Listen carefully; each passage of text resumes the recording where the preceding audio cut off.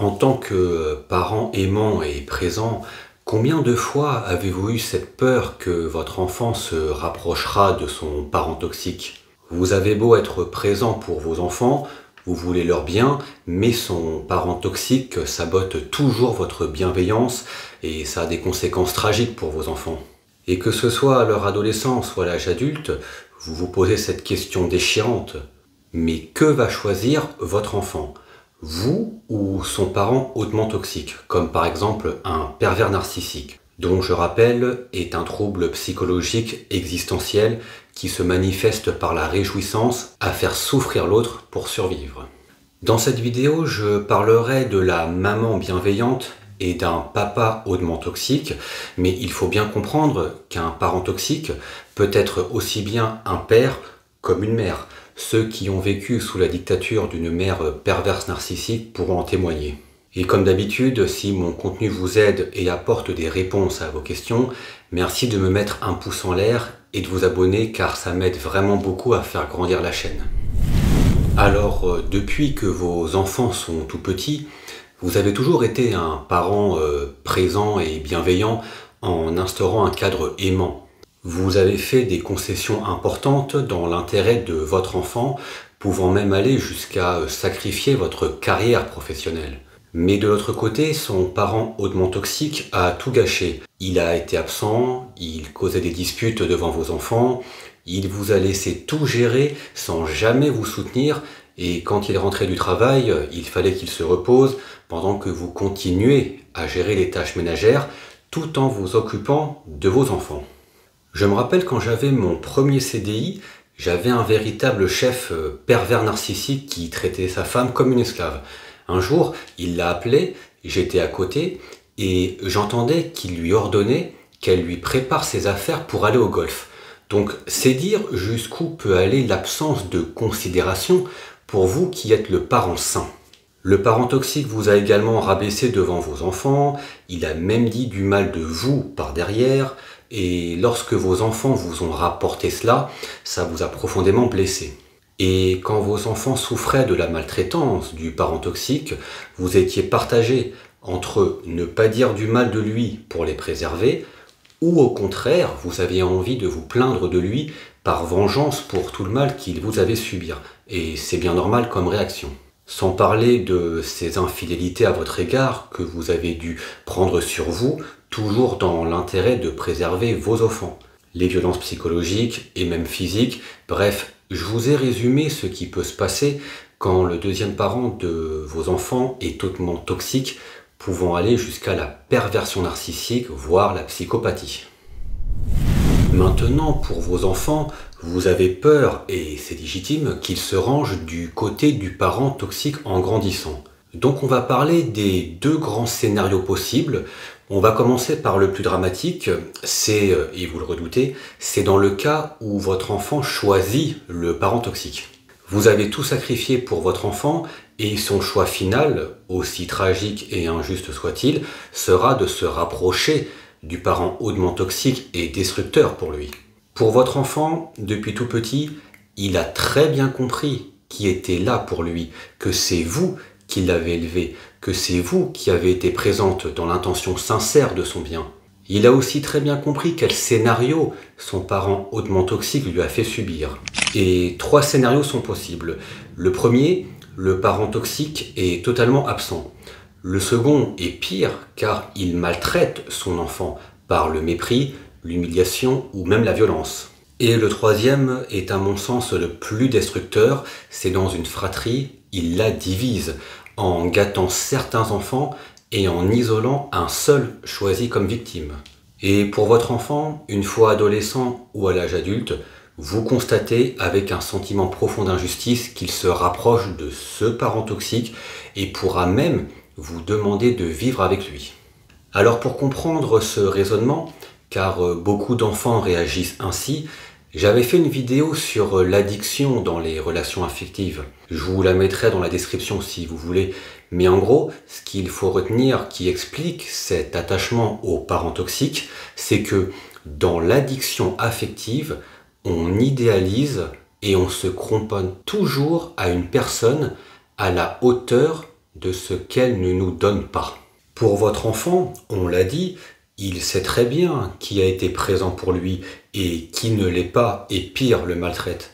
En fait, votre enfant, dans son inconscient, et ça c'est un comportement universel, ça n'est pas un trouble de votre enfant, il voit toutes les qualités en vous et les bons moments passés ensemble, mais il va les projeter et les fantasmer sur son parent toxique, dans l'espoir qu'un jour, il puisse vivre aussi vos bons moments avec lui.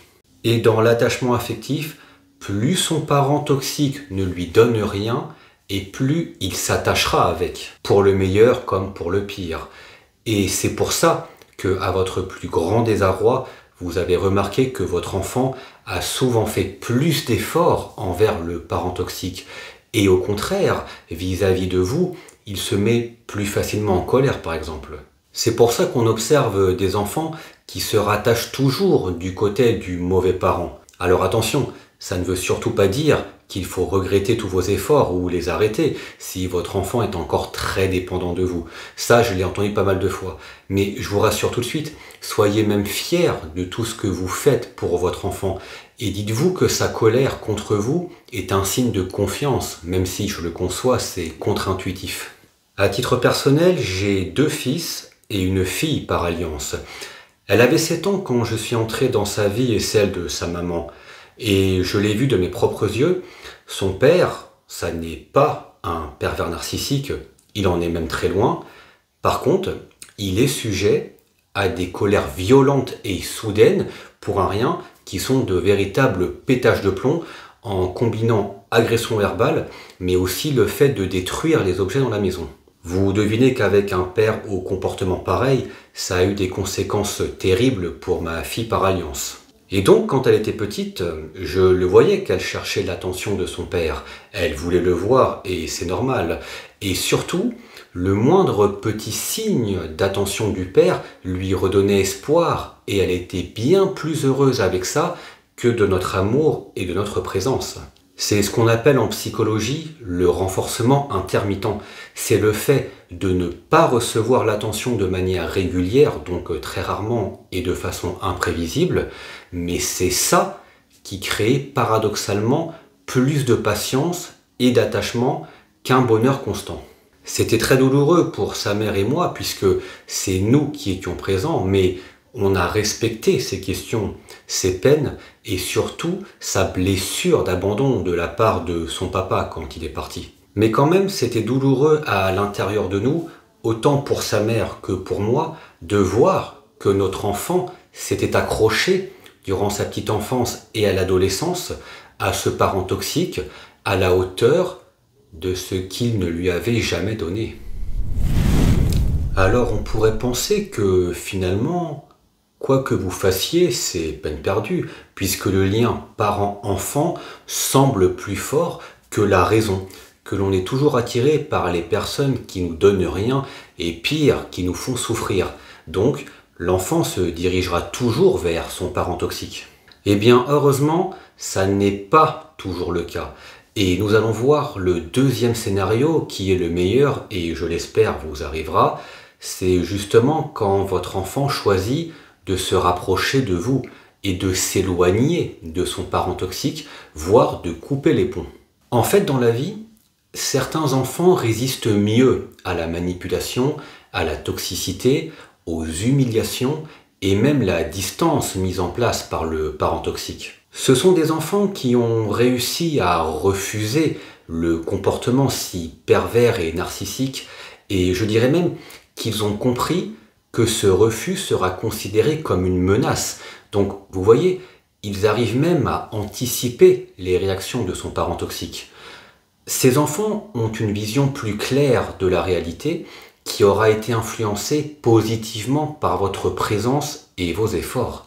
C'est pour ça qu'il ne faut pas perdre espoir et jamais abandonner. Même si c'est très compliqué pour vous, puisque en général, ce combat, on le livre seul. L'entourage est tellement berné par le parent pervers narcissique que personne ne vous croira jamais si vous parlez du mal qu'il vous fait subir. Alors je vous donne quelques conseils pour vous aider à préserver votre enfant de son parent toxique. Déjà, ne culpabilisez pas. Ça veut dire que même si vous faites des erreurs parce que vous êtes à bout, c'est normal vu toute la charge émotionnelle que vous supportez. Et les parents parfaits qui ne font jamais d'erreur, ça n'est que dans l'imaginaire collectif. Donc acceptez de vous tromper. Et n'hésitez surtout pas à vous excuser auprès de votre enfant, car en miroir à cela, il développera lui aussi la capacité à reconnaître ses torts et à s'excuser. Ensuite, n'ayez pas peur de rétablir la vérité quand votre enfant vous rapporte les mensonges que déclare le parent pervers narcissique à votre égard. Profitez-en pour lui glisser des petites phrases subtiles qui le feront réfléchir à ses futures relations. Moi, par exemple, une phrase que j'adore dire à mes enfants, c'est « Tu sais, dans la vie, il y a ce qu'on va te raconter, mais il y a aussi ce que tu vas observer. » Ça, c'est très efficace pour faire comprendre à l'enfant qu'il faut réfléchir par soi-même. Ensuite, si votre enfant souffre de la situation ou que le parent toxique lui a manqué de respect, surtout ne minimisez pas les faits. Écoutez votre enfant et rassurez-le. Par exemple, s'il vous dit qu'il est triste parce que papa ne l'aime pas, la pire erreur serait de mentir et de lui dire qu'il se trompe, que papa l'aime mais il est maladroit. Là, il faut par exemple lui répondre oui, tu as raison, mais tu sais, ton papa, il n'aime personne. Ça permet de valider le ressenti de votre enfant et surtout de le déculpabiliser. Parce que pour un enfant, quand il voit que son parent toxique ne l'aime pas, eh bien dans la construction de sa cohérence, il va intégrer que si papa ne m'aime pas, c'est parce que je n'ai pas le droit à l'amour. Ensuite, n'essayez pas de sauver le parent toxique en vous sacrifiant pour lui. Il vaut mieux tenter une séparation avec la garde exclusive de votre enfant que d'essayer de changer son parent pervers narcissique. Ça aussi, c'est très important car même si vous arrivez à protéger votre enfant, il reste encore un enfant justement. Et s'il vous voit vous sacrifier corps et âme pour votre conjoint toxique et maltraitant, alors votre enfant intégrera dans sa cohérence que la vie se résume au sacrifice entretenu par ce rapport de domination où il y a toujours un être pervers narcissique et une proie qui subit. Et enfin, mon dernier conseil, c'est de dire à votre enfant que, quels que soient les choix qu'il fera, vous serez toujours disponible pour l'écouter, le conseiller et l'accueillir s'il en a besoin. En fait, on ne peut pas choisir à la place de votre enfant qui de son parent toxique ou de vous il choisira, mais on peut quand même l'accompagner au mieux. Et un jour, il fera peut-être un choix que vous regretterez, mais il y aura toujours au moins une victoire à ne pas oublier. Votre enfant saura toujours en qui il peut avoir confiance. Et ça ne sera jamais son parent toxique.